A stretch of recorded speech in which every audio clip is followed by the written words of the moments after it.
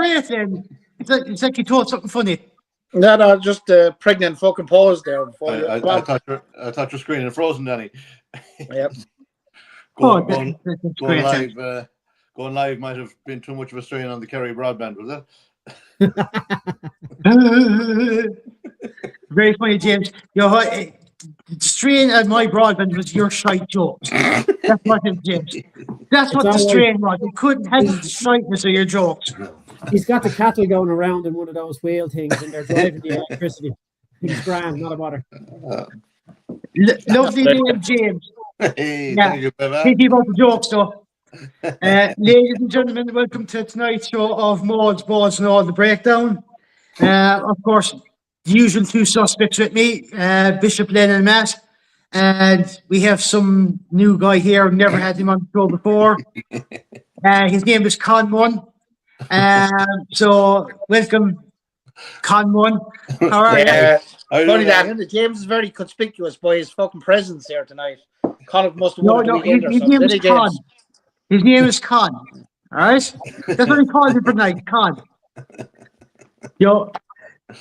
All right. Matt, I'll come to you first for the Friday night game. Ulster 38, Stormers 38. What do you make of that match?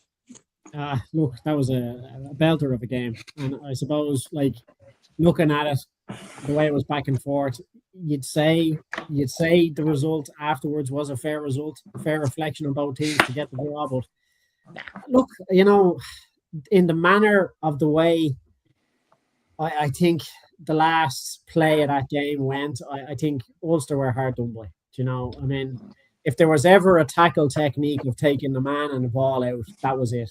Pure and simple, and he held the ball up. When you look back at it, yeah, he did make contact with the head, but it was passive. You know, for me, it wasn't a direct hit. It wasn't intentional. It wasn't malicious. It did it did exactly what he wanted to do. He wrapped him up, got him down, held the ball up. I think Ulster should have won that game. But look, not to put it away, it was a banger of a game, an absolute banger of a game. Two teams that really went at it. I was impressed with Stormers because normally they don't tend to travel, but they sent a fairly full strength squad on up to Ulster, and that's why because you don't want to travel for a quarter final. Yeah, absolutely. You know what I mean? And look, they're probably right in a way. You're always better to get a home quarter final. But I mean, I suppose 8 minutes in, Ulster were doing the Ulster things and making things very hard for themselves. Ian Henderson with a tackle, croc roll.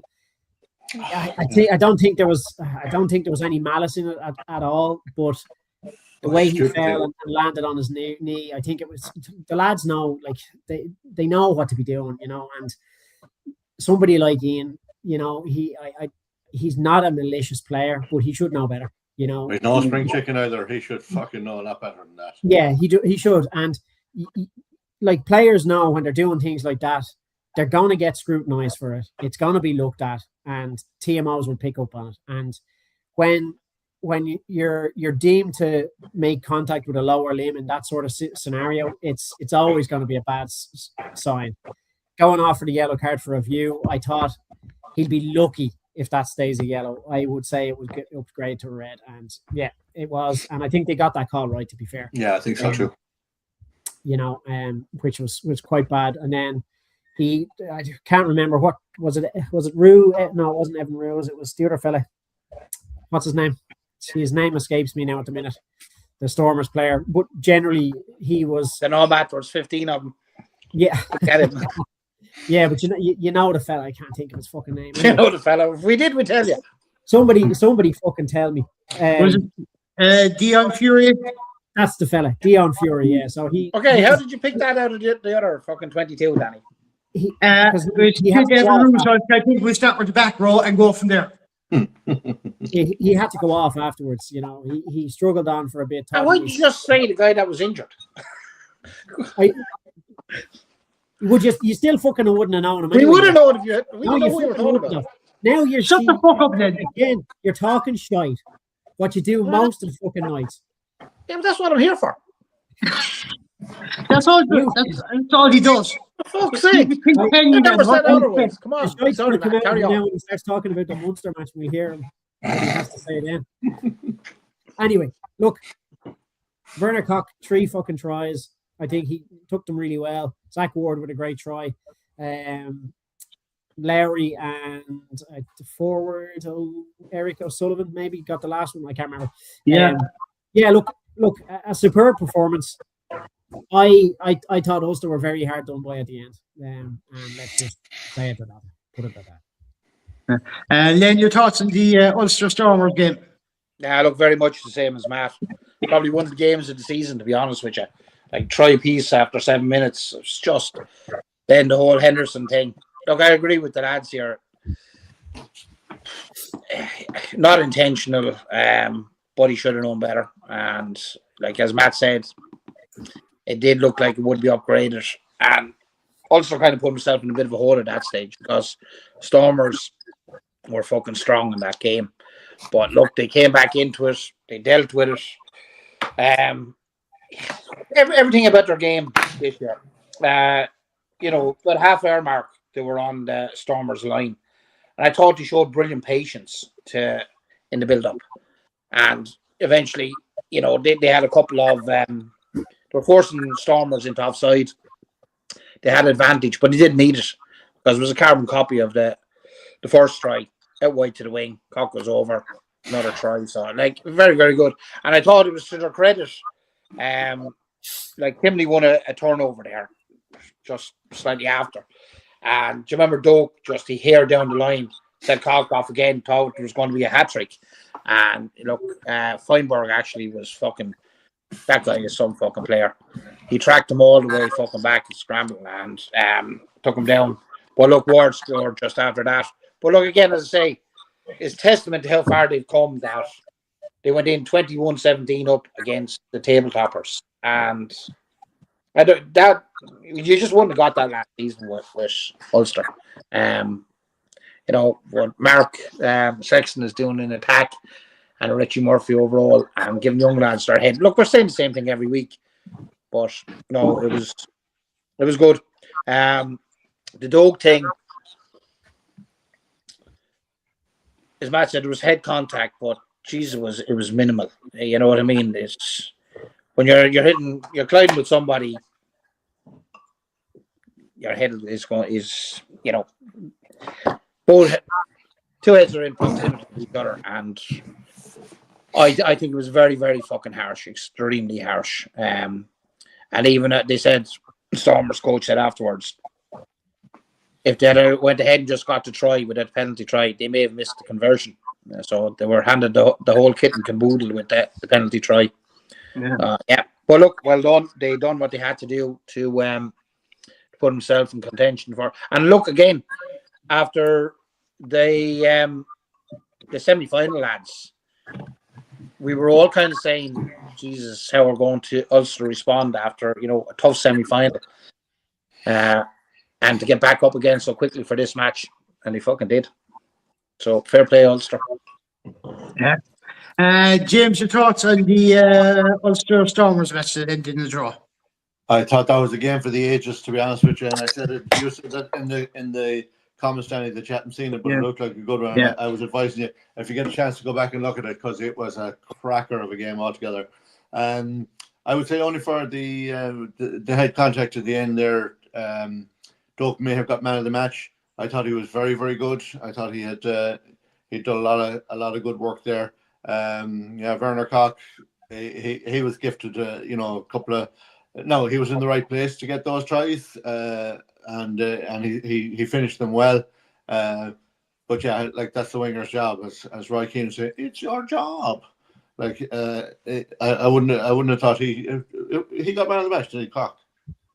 No, Augustus for second week in a row.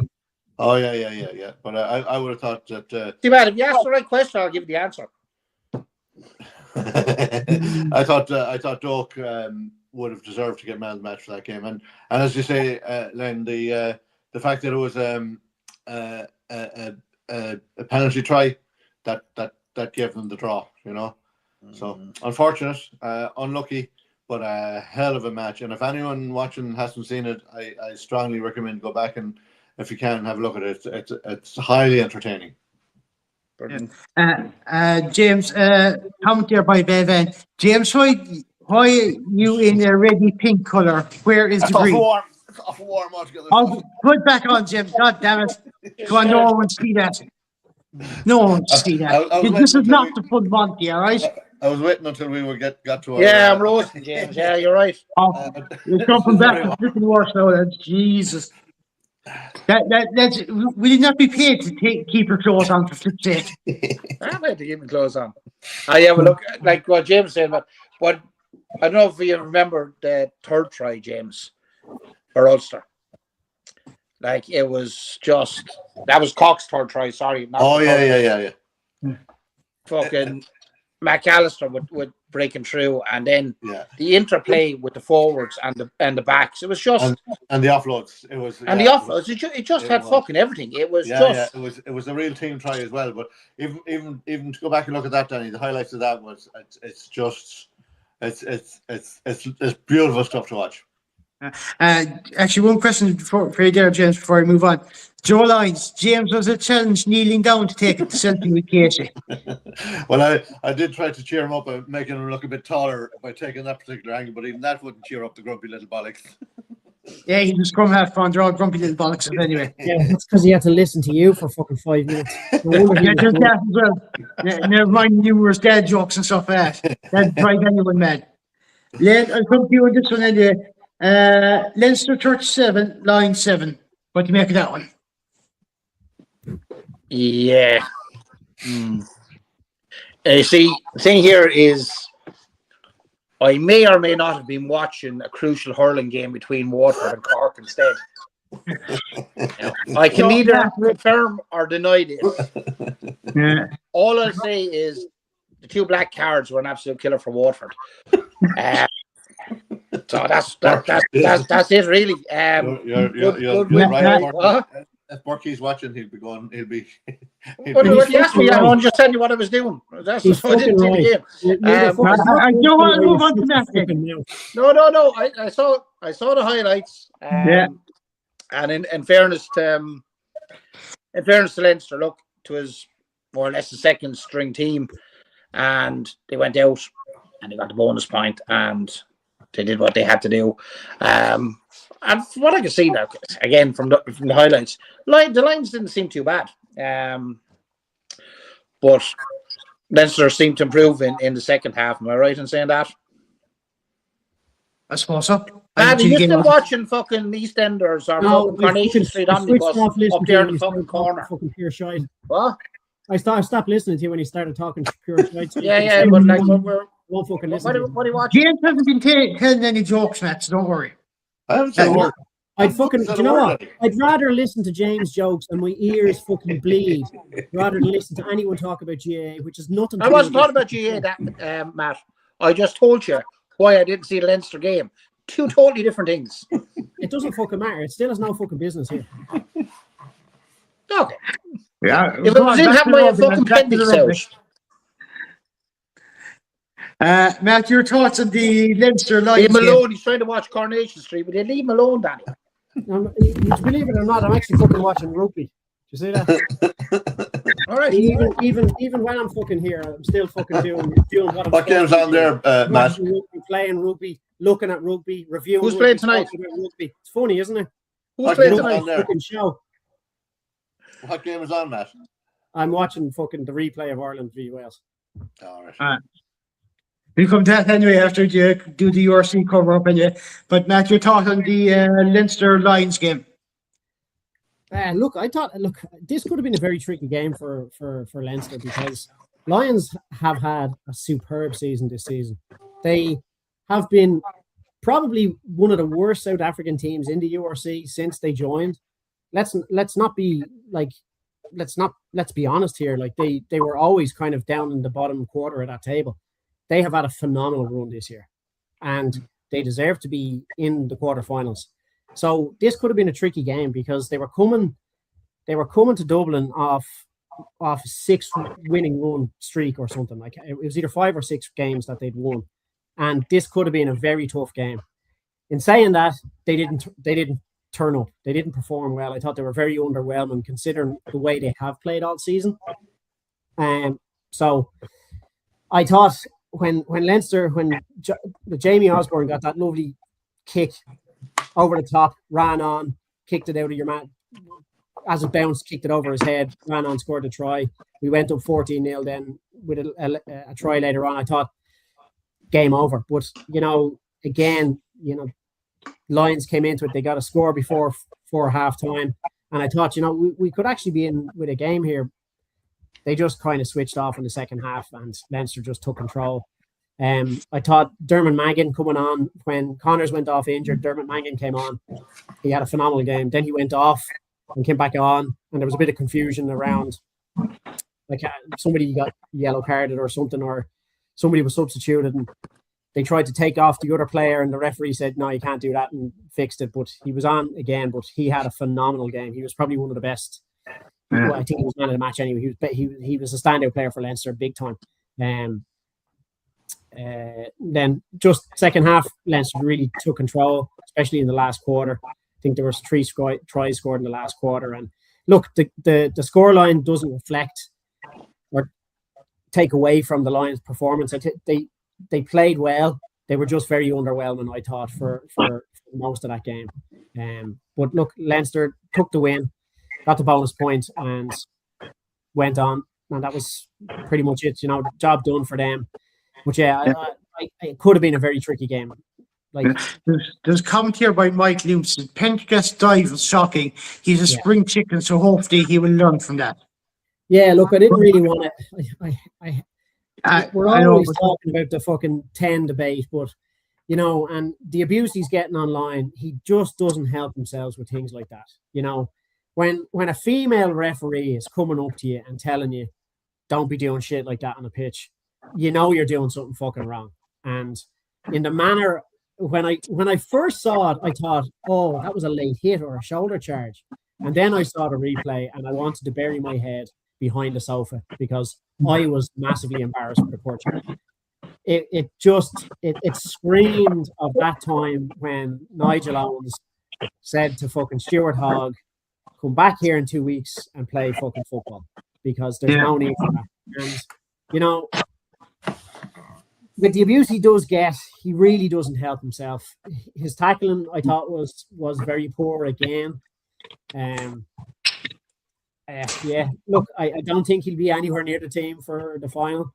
I really don't think he will. And if he is, questions will have to be asked because he shouldn't. He's a defensive liability at this moment in time. He is great elsewhere on the park. He's a fantastic kicker. He's great at attacking rugby, but he just needs to hone his defensive skills. And he could take a leaf or 2 or maybe 10 from his big brother that knows how to tackle like a fucking freight train. So, look, let that be the end of it, and hopefully he learns something. Yeah. James, your thoughts on the Leinster Lions game? Didn't see it, Danny. I was putting on the fake tan, getting ready for the comic match, so I didn't get to see that one at all. That's a fucking laugh, Matt. Oh, all right. Yeah, because it's rugby related. Hey, I just told you what I was doing as James did. Okay, fake tan is not fucking rugby related unless you're Donegal Canahan, right? It fucking is. Or Gavin Henson. Yeah, Danny, we'll get the popcorn, will we? Danny, we'll just get the popcorn and let the two boys at it, will we? We'll see that for half hour, night, and I'll talk about GAA then with him, no problem. Fair enough. But you didn't see the highlights, I think, James, did you? No, I didn't, Danny. I didn't get to see it at all. But once I saw the scoreline, I thought there's not a whole lot of point in watching that. It's a job done. Yeah. You know what? There is a comment in here by Joe Lyons again, innit? Joe Lyons, say something positive then, go on. It'll be like licking your fingers after adding water to a car battery. Len likes Guinness. He thinks Guinness is good. I'm always positive, Joe. Tell me, He just coming with this good point here. He said TMOs again going to CSI levels. Both teams were victims to some over top analysis. The remit of the TMO seriously needs to be addressed or reined in as they are taking over games and more often than not killing it. And I think we've seen that in various games here and there. And Like like, he makes that point. Like they said that in one of the games, I can't remember, CSI level of fucking going through things, and it's so true. Like probably 3 or 4 definite instances this weekend alone of TMOs fucking going through too much to look at shit. And yeah, okay, they are applying the laws, but you know, like fucking have a bit of fucking cop on, like. You know? Yeah, I think they should only be allowed to give maybe 30 seconds of input to the ref and show them two angles of the incident, let the ref make the decision or so. This thing that goes on for minutes on end, and they're reviewing it, and then there's frame by frame shots of it. Fine, maybe if it's a try or ball, is the ball grounded or not, it's on the line, and you want to get the decision right. But if it's something fairly clear and obvious, like a head-on-head contact, there's no need to be reviewing that for 5 fucking minutes. Like 30 seconds, give the ref the relevant information, let the ref make the decision, and then keep your mouth shut as a TMO. Yeah. Question here by Mark Noonan as well. James, tell me how I can be shopping pints covered in Factor 50 on Shop Street 1 minute, and next thing I step into the Arctic Circle a mile or so down the road. It's called the sports ground. It's got its own weather system. You just have to expect that. Absolutely. Mark, I feel for you, buddy. Like people walked in short sleeves, and then they were looking for jackets about 10 minutes into the game. As soon as the sun went down, the temperature dropped by about 50 degrees. I thought if looked on that game, I thought fucking it had been relocated to Cape Town or something. I didn't recognize the Dexcom in fucking sunshine. It was lovely. It absolutely was lovely. It was nice. I'm jealous, Mark, that you were stopping pints. I didn't get to have any on Saturday, so I would have loved to have had one in the sunshine. But I had one the next day. I met Bevan for a pint the next day, and we did a post-match review. And I was jealous of Bevan's creamy pint. She went for the Guinness, and it looked very, very good. Yeah, I think that makes them happy now to a nice creamy pint of Guinness. And in fact, he knows Bevan now likes Guinness. Yeah, so she seemed to enjoy that one anyway. Yeah, I think the Bishop Glen effect must be rubbing off on people. That's it. Sure, look. Niall Steins, question for Mr. Khan. Why the fuck are Connacht jerseys so expensive? I went into Edinburgh at the weekend with the intentions of getting a Connacht jersey, and they're €125. Yeah. What the fuck? It's and that's the end of season stock, Niall, as well. I don't know where they're going with that sort of a price. Even I won't even fucking buy one at that money. They are nice jerseys. They are nice jerseys. They're very retro looking. They're kind of like the Ireland jerseys of the 90s with the white collar and that. They're a nice looking jersey, but it's a lot of money, €125 for that. Even end of season stock is £125. Yeah. How can you I don't know. Do you know that you'd be better off going with second-hand jerseys? That's the price from. I was in Lifestyle there in Dundrum a couple of weeks ago, and end of season stock Leinster jerseys men's were £60, and the still twice as much you can pay for one. Whatever, but like, do you know what I mean? But like, at least there's some fucking discount. Like that's the price point it should be at. I think $125 is. I think there'll be new jerseys coming out next year for all the teams. So like, they will, they won't sell. Yeah, I saw Munster ones £60, I think, as well. They're not £60. Too late. I got in there first. Huh? So too late. I got in there first. How to buy? Oh yeah, £60 is enough, like for end of stock. In fairness. Yeah, absolutely. 100%. Yeah, but like a lot of jerseys nowadays aren't worth €60. No. It's horrible. It's the quality of them. Yeah, I have a like a top, a Leinster top, and all the, like it's just ironed on. It just comes off after a few washes, and it's fucking. I have this one since I think 2017. Yeah, it's 2017. It's probably stitched, is it? No, it's perfect. It's absolutely perfect. It's. No, I mean stitched, embroidered. It's embroidered. It is embroidered. Yeah, sorry. Yeah, it is. Yeah, the quality is just like I have a shitload. Problem is, none of them fit me. so I'm reduced to a handful. Right. But Yeah. the quality of I bought the New Ireland one there at the start of the year, and already the Vodafone thing is, as Matt said, it's just peeling away. You know what I mean? Ridiculous. It's a joke. I have a jersey from '09. Yeah. Still fits because I'm not a fat bastard like you then. Hmm. But still, the quality is great. The only thing that came off it was the O2 sponsor. That's the I only have, thing. I have a Munster jersey from the Toyota era, with the blue with the navy on it, and it's still as good as new. Yeah. Oh, Yeah. I don't wear it very often, as you can imagine. But it's And I mean, still even as good as new. inside the collar, like the county names were actually stitched in. They're actually stitched. Yeah. Never mind just the crest. They won't even fucking stitch the crest now. The crest is only a thing that's not even properly embroidered into the shirt. It's just actually stuck on. Yes, rubbish. Gone to fucking shit. Anyway, Jim, I have you there. And since you're our reporter at the match the weekend, Connacht 26, Munster 7. What do you think of that one? Since you're there. I tell you what, I thoroughly enjoyed it. So I did. No shit. A little bit disappointed how Munster played. They seemed to be completely and utterly rudderless without Byrne and Crowley. They seemed to have no attack. Connacht seemed to be able to go through them at will and make the line breaks. Now, I was watching Bundy before the game, and on Tuesday, when I was in for the press conference, Stuart Lancaster mentioned that Bundy was really fired up for this.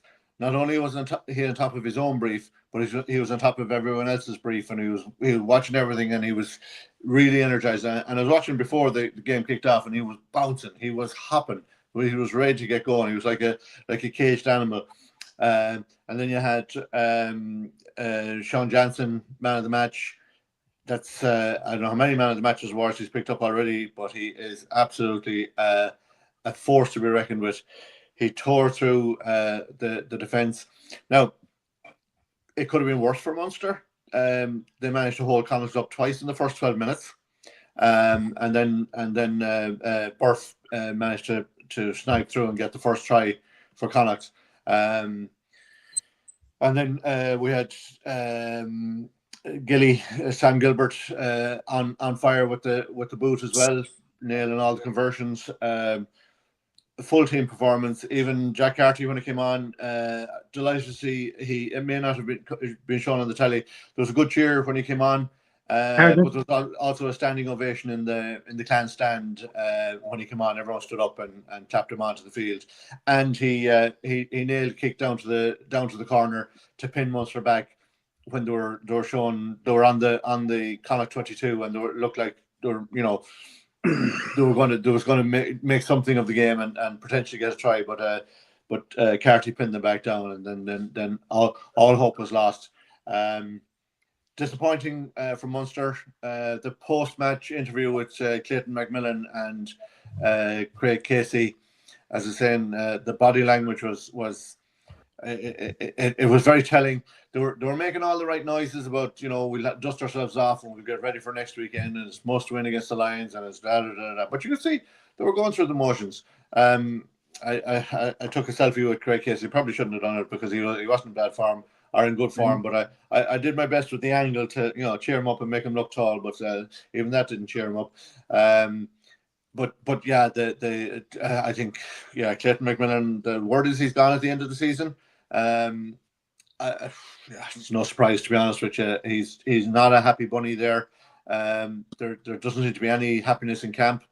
Lane, you contacted me after the game about them staying out on the pitch. As I said, I had gone for a cup of tea and coffee at that stage. I had my brother-in-law down from Dublin. He's a Kerry man, but he came down from Dublin to watch the match. So I sat in the stand with him and we chatted away about it.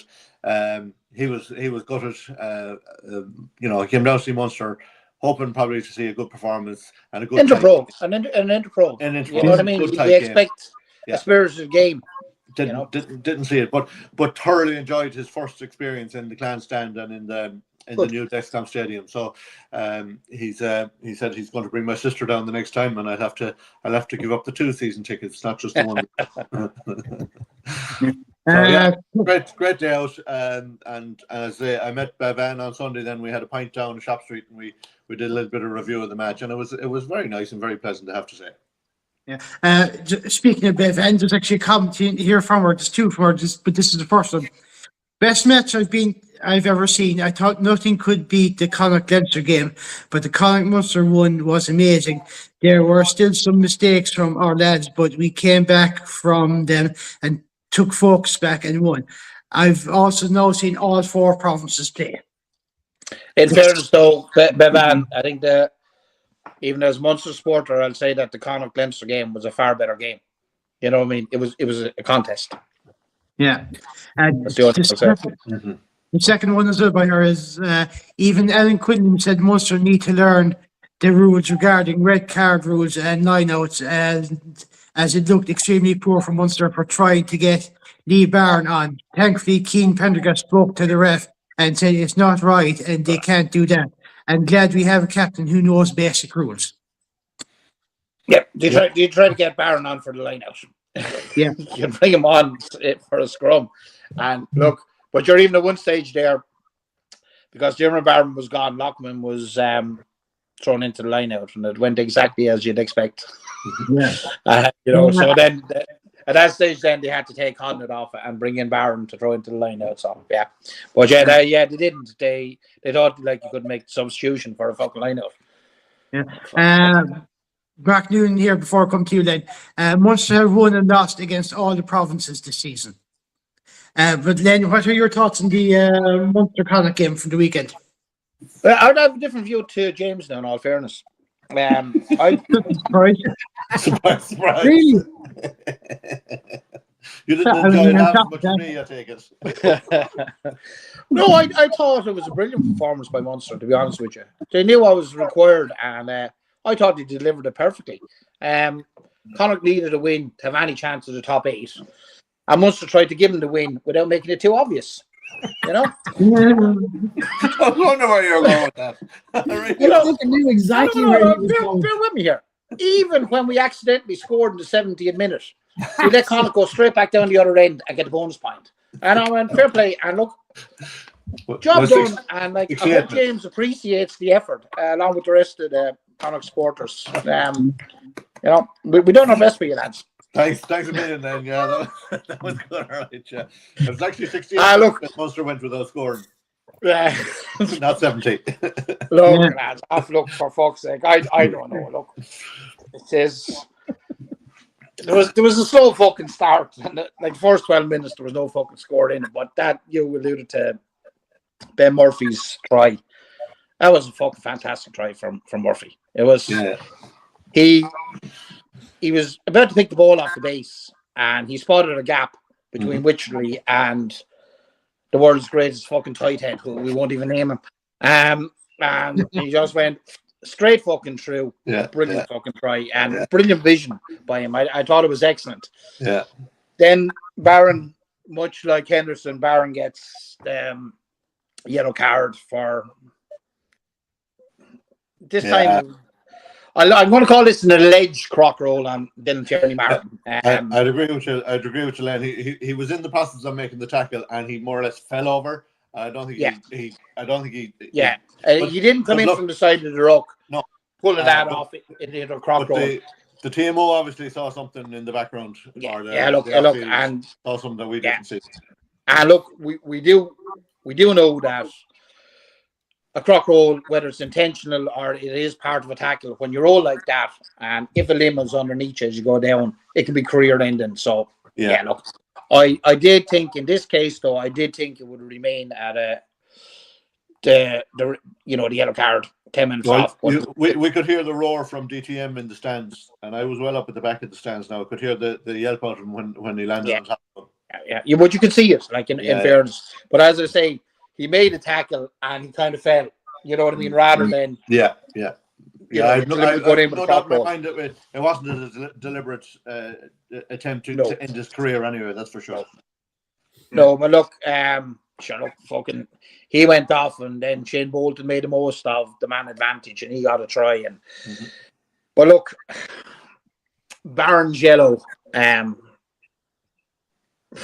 Look, we can't blame the performance of Barron's yellow, and then upgrade to a red. We just weren't at the fucking races. We didn't lay a glove on Connacht in the first 40 minutes. We just, I think, did we even make one entry into the 22 in the first half? I'm not sure that we did.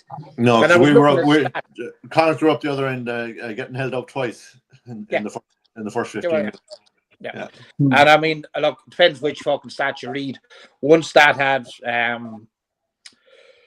Connacht with 9 line breaks and Munster with 0, and another had Connacht with 13 line breaks and Munster with 2. Whichever way you look at it, we don't fuck all as start. You could see it. We were just passive in a fucking tag. Anything when we did try and threaten the gain line, we didn't throw enough bodies at the fucking ruck when it broke down. Connacht won every single fucking collision. There was no aggression. There was no fucking dogs.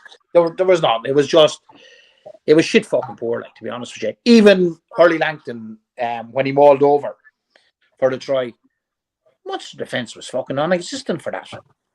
He just wasn't there, like, you know what I mean? Yeah. He was like walking through a white fucking paper bag. It was just fucking terrible. Zemo made the point, and it's at halftime, and it's like we learned nothing from the Exeter game. We kicked into the wind constantly against Exeter to our detriment, right? We had the wind with us in the Dexcom in the first half. It was kind of going across the field, to be honest with you. Neither team kicked well in the wind. Okay, if you're right-hand side and fucking kick to the fucking left, you'll make yards, though, won't you? You know, like, either fucking way. There was no fucking inventiveness to our fucking attack. None whatsoever fucking ever. And Casey kicking it dead, or kicking it out on the full when he tried to get it up quick. Yeah. The reason I asked you about that, there was like when the second half started, it started with a penalty for Munster. It was on the back of fucking absolutely thuggish behaviour from Connacht, I thought, going into the tunnels. So I was actually shocked now. I never seen nothing like it. It was Louis Vuitton fucking levels of handbag. It was a load of I think we'll have to throw Bevan's comment up there, Danny, if you can get to it. I think she saw more of it than I did. Yeah, she said the handbags were interesting at halftime. It was way too funny to see friends who used to live together, Owen de Butler and Andrew Smith, pretend for 2 seconds to be angry before rubbing the back of each other's heads. It was pure fucking handbags. And for Munster to get a penalty on the restart, I thought the game has gone soft. I thought it was a joke, really. It was a bit of fucking handbags. That was the end of it. Look, it's terrible to say. We settled after about 49 minutes into the fucking game. And the only positive that I saw in that game from Munster's point of view was Bundy made a run, Kelly tackled him, and fucking Gleeson got in over and won a turnover. And for me, that was the highlight of the game from Munster's point of view, because we done fucking shag all else. 70 minutes before we managed to try, and as I said a minute ago, just messing. Restart, and Connacht went down the other end. It was just too easy. So, yeah, look, Macmillan, I know what you're saying about Macmillan. There's speculation and there's rumours. But I think I was saying before we came on air, I've been speaking to some Chiefs supporters, and they're saying, look, this guy, once he commits to something, he beds in. But I think with the whole fucking shambles, now I'm beginning to fucking change my mind, and I'm wondering, will he go? Because like you said, James, the body language was fucking, it was poor. And what, there was no effort on the fucking pitch. I know we didn't have Byrne, I know we didn't have Crowley, but you still expect. It was on the tip of my tongue to ask him in the press conference, about the rumor that said, back me or sack me, but I thought, no, the body language here, he could come down and fucking clock me. Look, I don't think I'd ask him myself, James. He didn't look in the humour for a fucking question like that. No, fucking fairness. Look, they take nothing, as I said, Connacht, look, fair play. They fucking done what they had to do, and we're immense. You just shut us down for the whole game. But Yeah, I good don't know. competition. We're into the second last game of the season, and Munster are still fucking stupid. We went every time, even in the 49 minutes when we had about a 10-minute phase of playing half fucking decent. It came to an end. We go through a few phases, and we knock it on in a fucking ruck, or we throw a fucking stupid fucking pass. It's been a tough season. Yeah. There's a comment here from Mike Sheedy. Bad day in the office.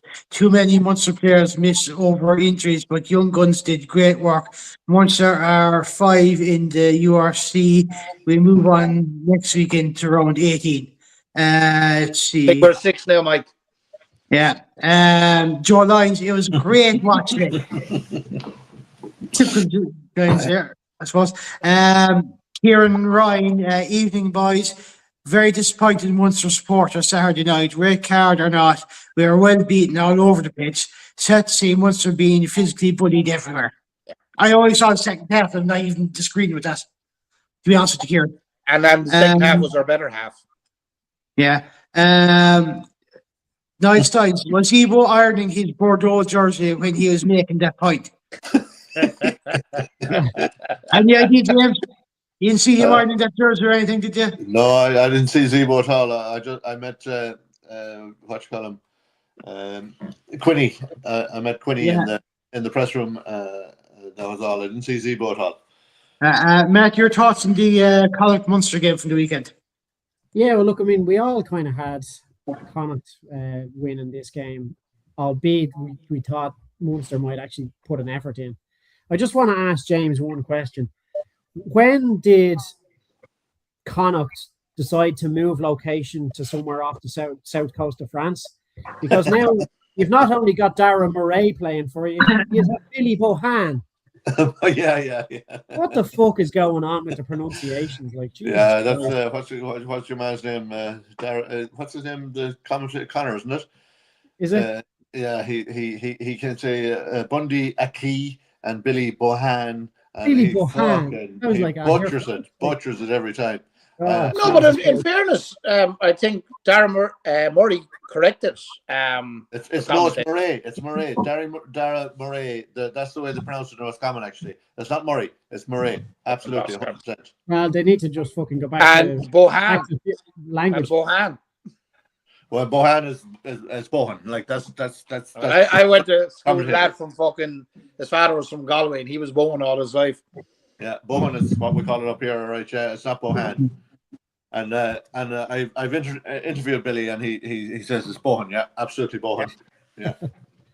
So yeah, look, I mean, to be honest, I was disappointed in Munster. I thought they would have done well, and as James, you and me both, Matt. You and me both.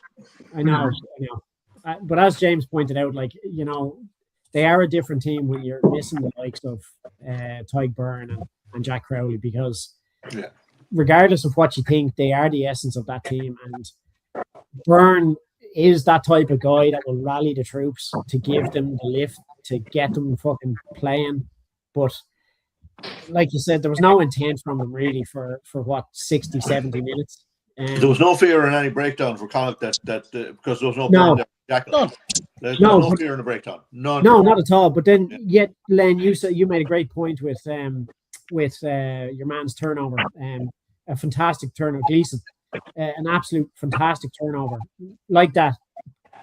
Really well committed, fucking up, and the energy levels were there to get the jackal and get the turnover. But like, it was there in fits and starts for them, you know, and that's one highlight of the whole game. Yeah. Look, I mean, it was poor. It was poor all around, and you know, you can't blame a red card, which again, looking at it, I thought was quite harsh. I thought, yeah, look, you know, he kind of fell awkwardly, but again, it wasn't malicious. It was even less of an incident than Henderson's, I felt, because you could actually see him landing more on the leg, where the body heights were much lower with them two guys, and I thought it was a little harsh. I thought maybe he would have gotten a yellow and came back on, but obviously the TMOs saw something else. But There was just one thing there when you start talking about in the other match about Prendergast's dive. I thought you were talking about when Cian Prendergast got tripped because he went down. He got tripped twice, and there was no penalty. He was about to go and chase the ball, and he got tripped, and when he jumped up and like pointed to the ref like this. So that's what that. But nobody seemed to spot that. Yeah. No, look, I mean, and I think he was given out to the ref at one point about something like that, and he was told, much like he was told to shut up. Yeah. It happened to another player there. Was it this? I think it was last weekend or something. He was basically told to it was a tight burn recently. Maybe, yeah. It was actually because it was tight burn. And Prendergast is captain. He should be able to talk to the ref whenever he wants. Exactly. But look, in terms of Connacht, I thought they were very impressive. You could see their intent going straight out onto the pitch. From the moment it was kicked off, it was pretty much all guns a-blazing. I thought Bundy Aki had probably one of his best games in a Connacht jersey in a long, long time. Someone put up a comment there, Danny. Someone put up a comment there about Stu, and see if you can find. Oh, yeah, there it is. Yeah, Joe Lyon said, ever since Stu got the green shirt, Bundy seems to have upped his game big time to get him back. Yeah, look, I agree 100%, Joe. That's what's needed. You need confidence for the shirt. And that's what happens, and we've all seen it, The jersey might not be yours, might somebody else, but you need to get out and put it back onto your shoulders, like. But he'll have a fight in his hands to get it back now.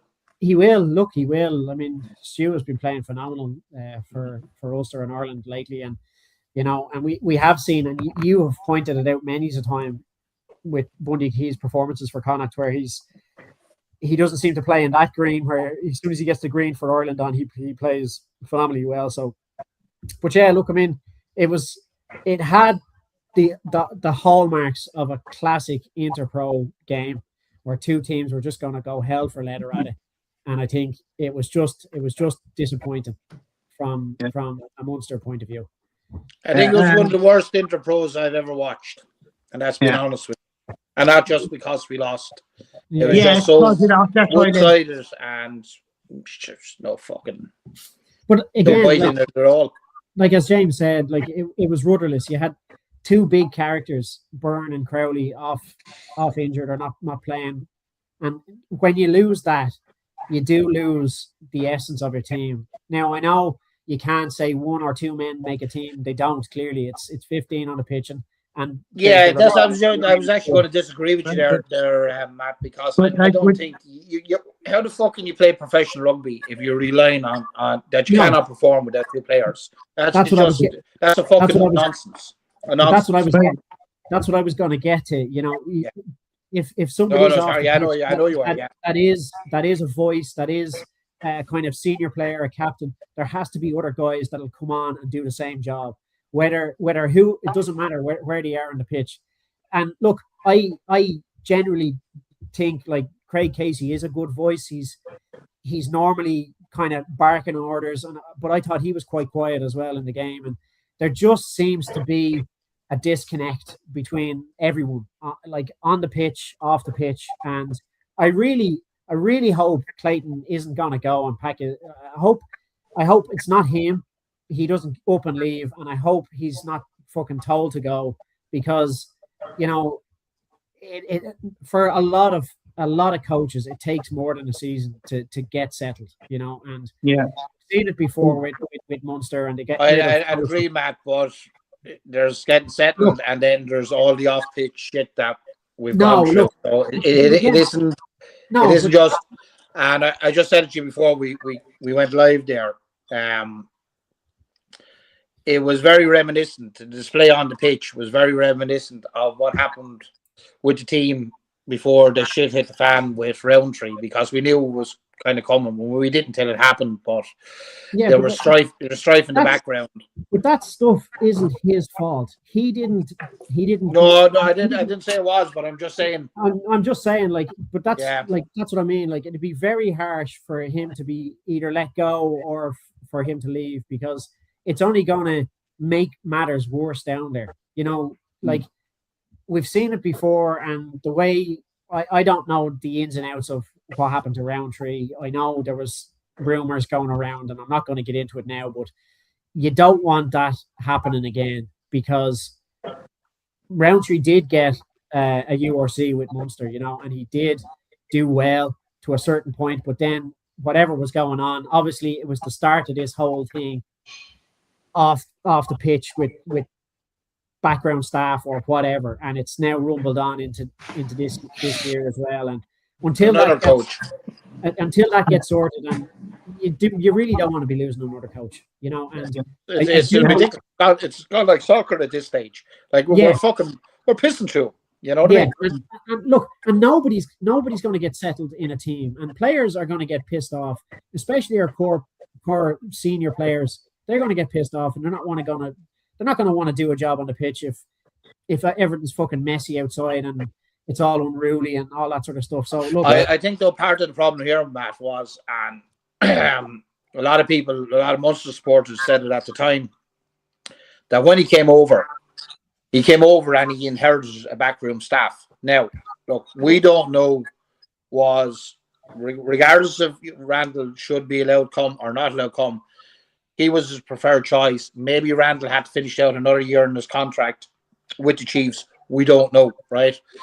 But before he even arrived, most people were kind of going, fucking, he brought Brad Mayo, his strength and conditioning coach, with him, and I think he brought one other backroom staff from the Chiefs as well. I can't remember his name, but he inherited. And look, there's always going to be politics there. When Prendergast made no secret of the fact that he wanted the top job, and then you bring in a coach, and he has to work under that coach. There's going to be fucking friction. David Corkery wrote an article very shortly into Macmillan's tenure with Munster, and he said unless the stuff is sorted out in the back room at board level, Macmillan will just be another scapegoat, and he'll be gone like all the rest of them. And now it's shaping up, literally only a season in. We're not even at the end of the season yet, and this may be the case. Now I hope to God we don't lose him, and I hope he sticks at it. He's taken a blow. He can't get in the coach he wants. And now we have to face into another season, start the season without an attack coach, because, it's who's available, who's not contracted. It's a shit show. Let's be honest. It's a fucking shit show. So, I think the players are seeing 100 people brought in and told, we're looking for redundancy from this group of people. And they're thinking, well, this group of people may not be the fucking problem. It's the ones above them that are the problem. I think this is seeping into the way Munster are playing right now. I don't know how they're going to get on next weekend against the Lions. I genuinely don't. It's a lucky dip at this stage, James. And as well as that, I do think there needs to be a bit of clarity, a bit of fucking transparency for the CEO to come out and say, okay, this is what happened. This is why we made the decision. And this is what we're doing going forward. It's like this fucking mushroom fucking shit. You know what I mean? We keep you in the dark. We feed you shit. That doesn't work anymore. Especially in the days of social media. Everybody has a fucking opinion. And people are getting fucking pissed off. And look, a team is only as good as their supporters. If you don't have supporters that buy into your philosophy, team is fucked. A few comments here and we'll move on anyway. Peter Burke, anytime any team that's missing 5 or 6 starters will struggle. Well, maybe with the exception of Leinster simply because of depth, but that's for another show. And Bev and as well here, difference I noticed was Sean Cronin, who is now a Munster coach, was screaming at the lads the whole match, but our coaches didn't scream at any of our lads at all. Didn't have to. Yeah. That's a good point, James. I have no problem with a fucking coach screaming at players. I have no problem with that whatsoever. Let's move on. Matt, did you see the women's game from the weekend? I saw the first half and I was trying to catch. He's watching it there as we're speaking. Yeah, I watched the first half. I was catching the second half, but look, I mean, it was a great match. I thought Aoife Wafer was just fucking unbelievable. I think she had like over 110 meters carried or something, the highest in the game in the match. There's some standout players for me. Linda Juja. I can never pronounce her name. Jugang. Jugang. Thought she had a great game. Carried really well, as did fucking Dorothy Wall. Carried really well. Excellent carries from them. And again, I was frustrated with Cleona Maloney McDonald because it was just, as you mentioned earlier, Danny, like it was just something that wasn't needed. Whatever you think about throwing the boot into somebody when they're clinging onto your leg, you just don't do it because, again, TMOs are going to be watching, and how the ref didn't cop it straight away. I know she called a penalty, but how she didn't see the kick straight away and give a yellow card straight away is beyond me. That it had to go to a TMO. I don't know, but again, Parsons, another flyer down the wings, carried had a range of over 50 meters carried anyway. I can't remember. Hogan's doing 2 tries. Yes, really Hogan 2 tries. Yeah, Parsons and Wafer with 2 tries as well. So look, a great performance. I tried to catch the second half, but I ran out of time. I think I missed the last 15 minutes, but I think I got most of it. But look, we kind of knew they were gonna get the win, a bonus point win against Wales. But look, a great result, and they march on. Yeah, I mean, to be honest with you, I mean, I know some of the girls are excited about the exchange jerseys afterwards, but try ripping one of the jerseys off the Welsh player during the match, not on that.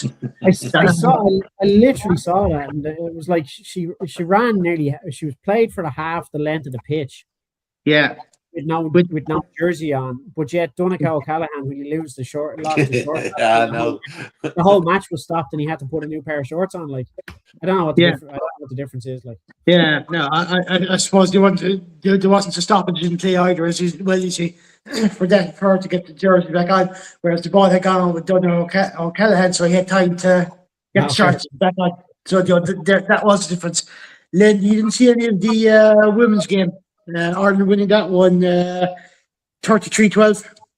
Yeah, we see that was on at the same time as the Leinster game, and as I explained to Matt earlier, I didn't get to see it because I was cutting the grass. Watching something else. Cutting the grass. I was out cutting the grass, pruning the strawberries or whatever the fuck you do. I don't know. No, I tried to catch the highlights of it. I did actually manage. It was a busy enough weekend, but look, we said it to be an Ireland win, and it was. I saw a few clips online. I know you done a snippet on the kick. Yeah, the Maloney. I did see that.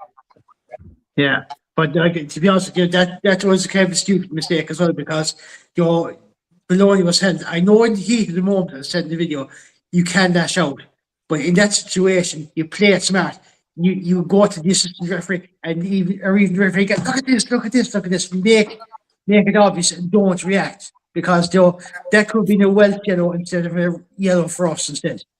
It's about being smart, but we saw it before with Paul O'Connell and was it Jamie Cudmore? Yeah, because we could hit him and Paul O'Connell look at this referee. Are you seeing this? Then he puts his back. I had to defend myself. He pointed to the linesman and said, "Are you seeing him punching me, Grant?" Yeah. Bang. Yeah, that's what it's that smartness about it. It's the referee. Are you seeing this? Are you seeing this? Make it obvious, and then you have a chance to retaliate. Now, fair enough, could be 2 yellows, but at least there was something there anyway. James, your thoughts on the Ireland-Wales game from the weekend, or did you see any of it? It was kind of clashing with the Connacht game. I saw the first 10 minutes of it, and I saw when they went up 7-0 up, and then we had to decamp and go upstairs for the Connacht game. So all I saw was the highlights of it, and I didn't see the incident, the lashing out, the kicking incident. But I saw the tries. Even Wafer, astonishing, absolutely brilliant. Bevin Parsons again, the usual cuts loose and can't be caught. We knew it was going to be a win. Onwards and upwards to the Scottish game. And I think there's 28,500 tickets sold already. Something like that, all right, yeah. Yeah, a new record for the women's game in the Aviva. It's great. Yeah, a lot of those tickets went, I think, on sale last September. They were about €10 each. I think they were the early bird tickets. Yeah, And they're I still think, cheap. They're still cheap enough, I think. yeah, but like to be honest with you, Reasonable. That is stupid money for the men's game. Yeah. but Actually, just before you move on, Danny, I forgot. Yeah. I don't know, did you see it, James? But I thought it was a nice touch. Keane Prendergast presenting jerseys to Jack Carty and Dennis Buckley pitch side at the end of the game. Lovely, yeah. Yeah, two great servants. Two great servants to Connacht Rugby. All right, yeah, it was a nice touch. All right. Also, there was a lot of the stewarding team. There's a couple of guys there that are retiring as well. They got signed jerseys from the Connacht team, framed. eBay tomorrow. Yeah, so they were nice and they were delighted with. So it'll be all over the Galway Advertiser this week. The photographer, the Galway Advertiser was in, so he'll be. I wonder what the story is, because like there's 11 lads leaving, so. Yeah, a big crew. We're getting a good influx. Getting a good few guys, a couple of guys from Leinster. We've got 3 or 4 now. Everybody wants to go to play for fucking Lancaster. Well, yeah. There is still plenty of tickets left for that Scotland game, and they're only $27.95 each. Yeah. Slightly off topic. Slightly off topic. Yesterday, when I was having a pint with Bevan down Shop Street, we were chatting about the future for Connacht Rugby, and we sort of turned around the idea of how long is Stuart Lancaster going to stay with us now? And we're seeing a lot of players wanted to come and play for him. Is this a bigger picture for him to take over from Andy Farrell when the time comes? Which wouldn't be a bad thing, but. Personally, I hope it doesn't happen for 3 or 4 seasons anyway. Yeah. He wouldn't be a bad choice. That way. He could be right in the thoughts. Bevan said he's probably more keen on the England job. If I'm correct, Bevan, you can correct me if I'm wrong there. But I wouldn't think so after what he done to him fucking last time. Yeah, he was here 11 years ago. Disaster. Yeah. I couldn't see him going next near the England job. Yeah, but look how much all those coaching teams have changed in that amount of time in those 11 or 12 years. Yeah, I think was it Lancaster? Wasn't he the coach when England lost when they were kicked out? Yeah, the group stage in 2015. Home World Cup, like. Yeah, well, I can tell you one thing. But that's 11 years ago. Look at the amount of experience he's gained since then. And I can tell you, it probably wasn't Lancaster's fault either at the time, because he's a very impressive guy. We all know the RFU want Andy Farrell. Yeah. A couple of comments here, lads. Mike Sheedy, Irish team. Girls did a proud job done. Say we'll upload video of the jerseys when I get the better internet. From Bevan, Kieran Wright. Lads, for all the problems at Munster, we have 3 out of 4 provinces struggling to make the top 8 of the RC. Bigger problems going forward for Ireland. This might be a bit. But when have we there's a possibility that all 4 provinces could actually make the top 8. When have 4 provinces ever made the top 8? I can't actually remember. No, I don't remember anyway. It ain't that bad. And look, fucking like Munster are it pains me to say it, but Munster are fucking at the bottom of the pecking order of the provinces at the moment. Yeah. Leinster aren't where they should be. But fucking Ulster are absolutely flying, and Connacht are making huge strides. So look, hopefully all 4 houses will get their act together and we'll put on from there. Actually, just to lighten the fucking mood, for a lad with no hair, right? I'm obsessed with fucking hairstyles. Okay, did you see in the fucking Ulster Stormers game? The number 20, the lad that came off the fucking bench. Oh, the leopard skin. What? The leopard skin. Hakichivi Diamani. Oh, fucking sweet Jesus, what a hairstyle. Yeah, it was unreal. Like, I mean, what do you go into the barber and ask for? Could you bleach me head there and put a couple of patches here and there so Surely I that was looked a like a bet fucking or hyena something. with mange. I never seen that so fucking bad in my life. Sure, it had to have been a bet or something. He must have lost that bet then, Matt. But that's what I Yeah. mean. He must have lost a bet or something like fucking. I don't know. Yeah, Bevan, Bevan, One last point. Sasha Feinberg. Matt, I've been practicing. M. Zulu. That's a hard one to get. It is, yeah. I just go to Sasha Feinberg. He was exceptional. He was He exceptional was against it. yeah. He was fucking. He is a He talent. You see the one-handed dummy where he fucking sold to Boston's waves and he single-handedly kept him in the game. and fucking stopped Timony in his Timony was coming down fucking full pelt. They actually reviewed it and it was perfectly fucking legal. Bang! Like how many out halves can stop fucking Timony at full fucking pelt? Yeah. Although the biggest cheer tonight when he dropped that high ball, fucking Ravenhill went fucking nuts. It was the loudest cheer tonight. But yeah, he's exceptional like that. Yeah, Bevan, England would be after him, but he won't go. I suppose that's regarding to Lancaster Farrell, I'm not sure. Bevan, so Max Hansen and Sean Walsh have their hairstyles. No, I don't know what's going on. I didn't see them. I haven't seen them. Don't worry. When I do, I'll comment. Well, Mac is likely to come out with anything. Yeah, before we come to predictions, Bev here as well. Cardiff is the team we have to hope lose an hour for win.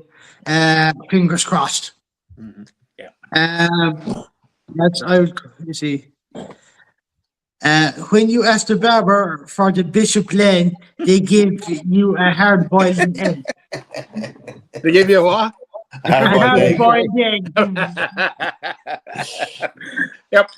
There's a lot of work goes into this, Niall. Yes. Yeah. Sorry, Niall. Lane is just too tall for his hair. He grew up through it, so he just. Lads, I'll get your predictions for the weekend's games. We have 5 games on this weekend anyway. Matt, I'll come to you first. Ulster hosting Glasgow Warriors. How do you see that one going? Oh, that could be a tough game, but I think Ulster just out of the top 8 now, or no, they're ahead of us. Yeah, they're just ahead of you. They're in place, yeah. Yeah, so look, they have a lot to play for. I think I'll get. Are you at home? Yeah. Yeah. I think they'll get the job done at home.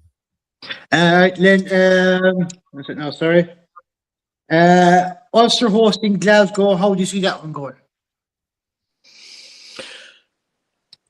Yeah, I would ordinarily say Glasgow win, but Glasgow don't have to do fuck all. They have a home quarterfinal secured. So there's a possibility that Glasgow might not send a full team over for this one. So on that basis, I'm going to go for an Ulster win. James, Ulster hosting Glasgow. Your thoughts on that? I say Ulster by 5, home advantage.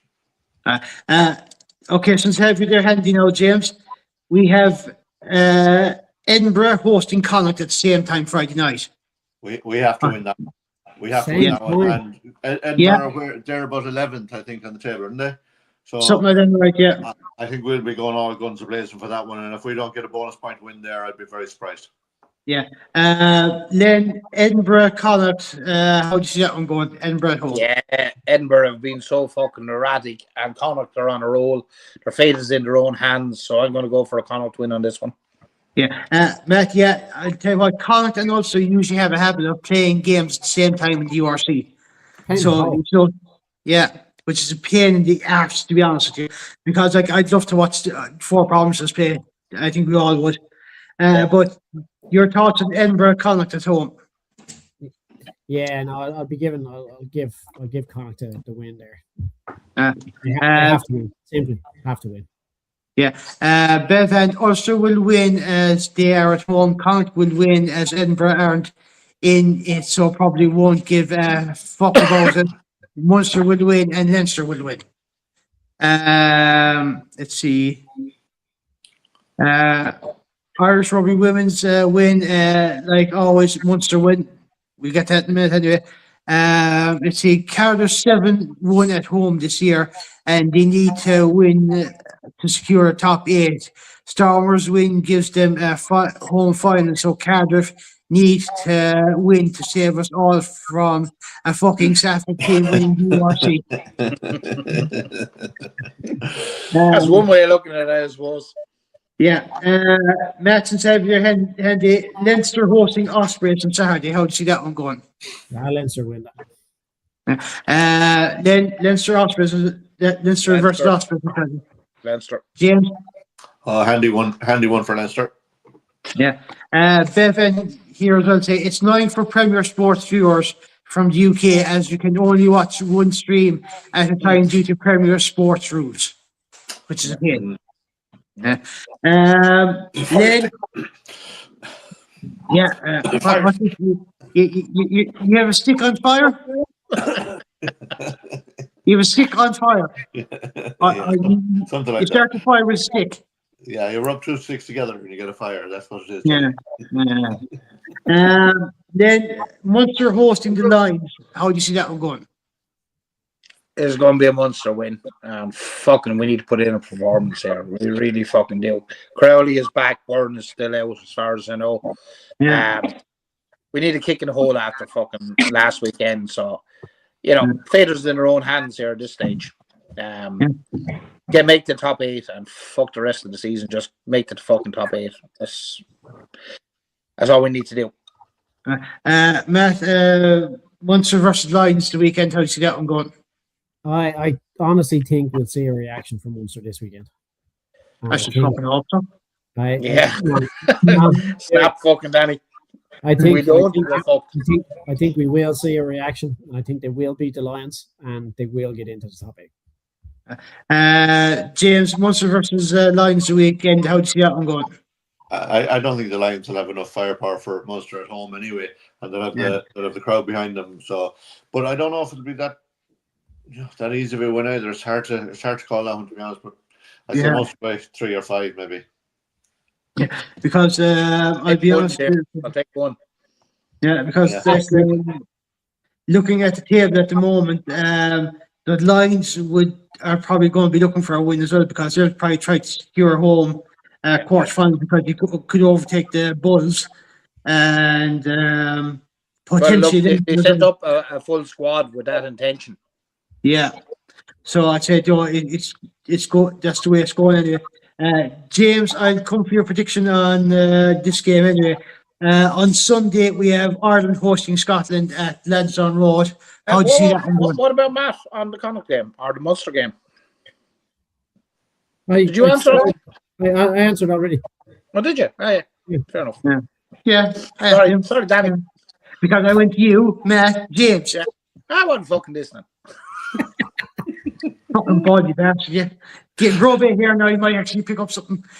James, your thoughts on Ireland versus Scotland the weekend game is on Sunday?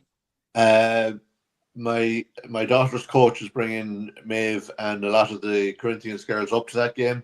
Her own daughter's, it's her birthday, and she's, as a birthday treat, she's bringing her and Maeve and a couple of the girls up to that game. I think it's going to be a great day out, and I expect nothing other than an Irish win there. Matt, Ireland Scotland weekend, how do you see that one going? Yeah, look, I do think that the girls will put in a great performance in front of the largest crowd that they've ever seen in Aviva Stadium, which is great to see. And yeah, I think they'll get the job done. And I'd say it'll be I won't say it's a comfortable win, but they'll do it by a score or two, maybe. Yeah, I mean, Ireland Scotland games in the past have always been close in the Six Nations, being about scoring it. So I don't see it going much.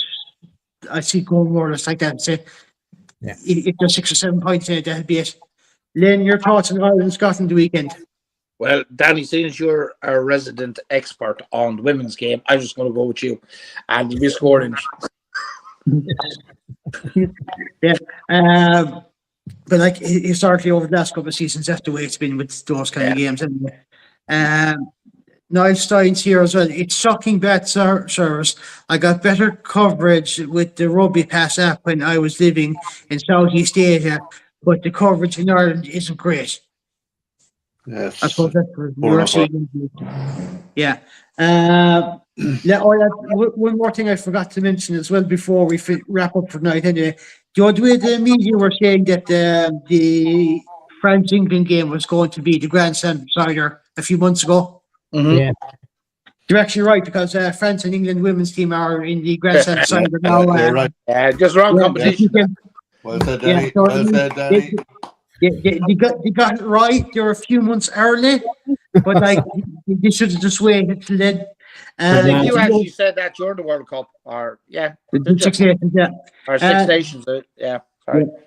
But it's not only the Six Nations title that's on the line, it's the Utrecht Shield, which is the women's equivalent of the Rayburn Shield, is on the line as well.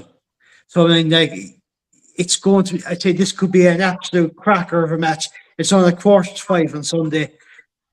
If any of you haven't watched the women's game, watch it, lads. There is some serious players on. What time? both. Sorry, what time did you say it was on it, Danny? 5:04. 4:45 on Sunday. Is that Sunday? So it's not Yeah. clashing with the URC games. Excellent. No. I think the way the women's was, the men have Super Saturday, women have Super Sunday. Yeah. So, yeah. But then I couldn't watch the Ulster game due to my phone being British and not letting me download no Sky Go for Ireland, and it's not being on free to air. Yeah, that's the problem with a lot of the Ulster games here. And this side, they're not free to air, they're on Premier Sports only. James, it's nice to have you on. Matt, Len, until next weekend, take care, lads. Night, boys. Cheers, folks. Take it easy. Have a good one.